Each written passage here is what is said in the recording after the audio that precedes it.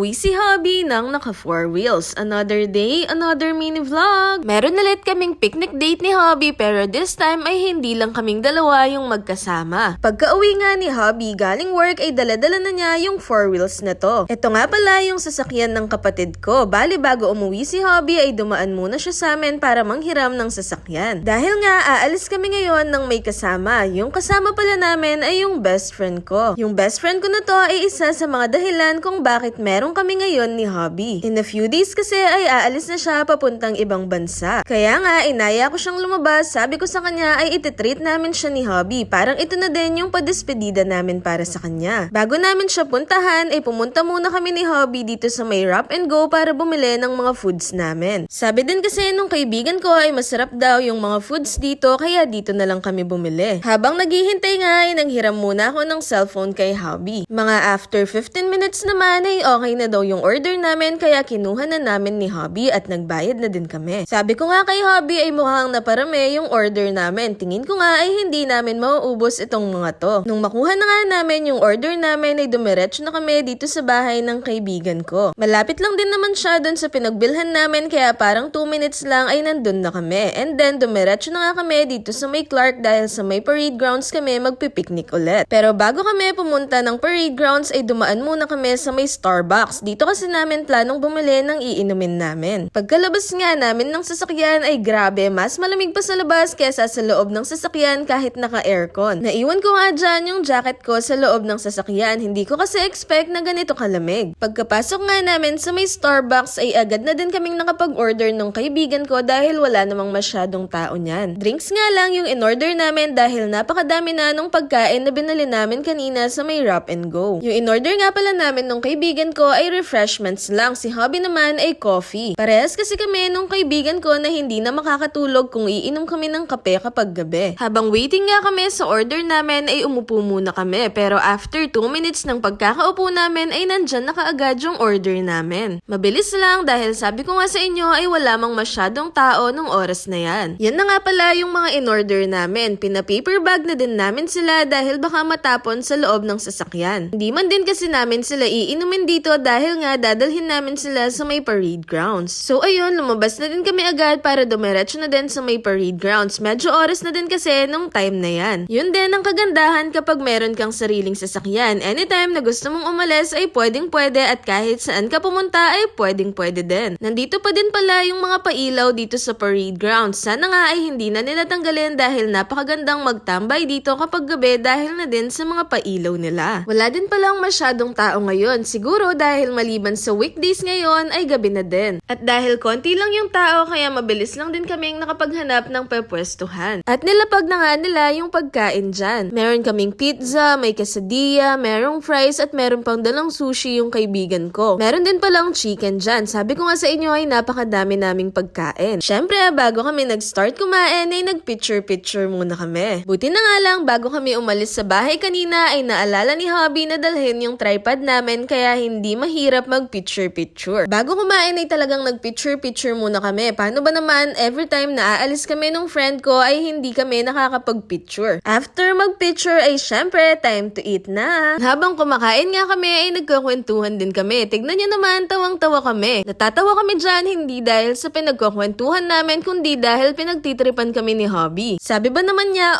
kunwari nagtatawanan kayo, kunwari kurutin mo siya. Naalala kasi namin yung photoshoot namin before wedding namin. Ganun kasi yung mga pinapagawa sa amin ng photographer. More kwentuhan pa habang kumakain at maya-maya lang din ay umuwi na kami. Sabi kasi sa amin ay hanggang 11 PM lang daw pwedeng magstay dito. Pagkapasok namin sa sasakyan ay binigay na namin sa kaibigan ko itong mini gift namin para sa kanya. Nakalagay sa notebook na yan yung size ng sapatos namin ni Hobby. Char lang. After noon, hinatid na din namin siya. 4 hours na nga kaming magkakasama pero nakakabitin pa din talaga. Nung maihatid na namin siya ay yung sasakyan naman yung next namin hinatid. Yun lang. Thank you for watching!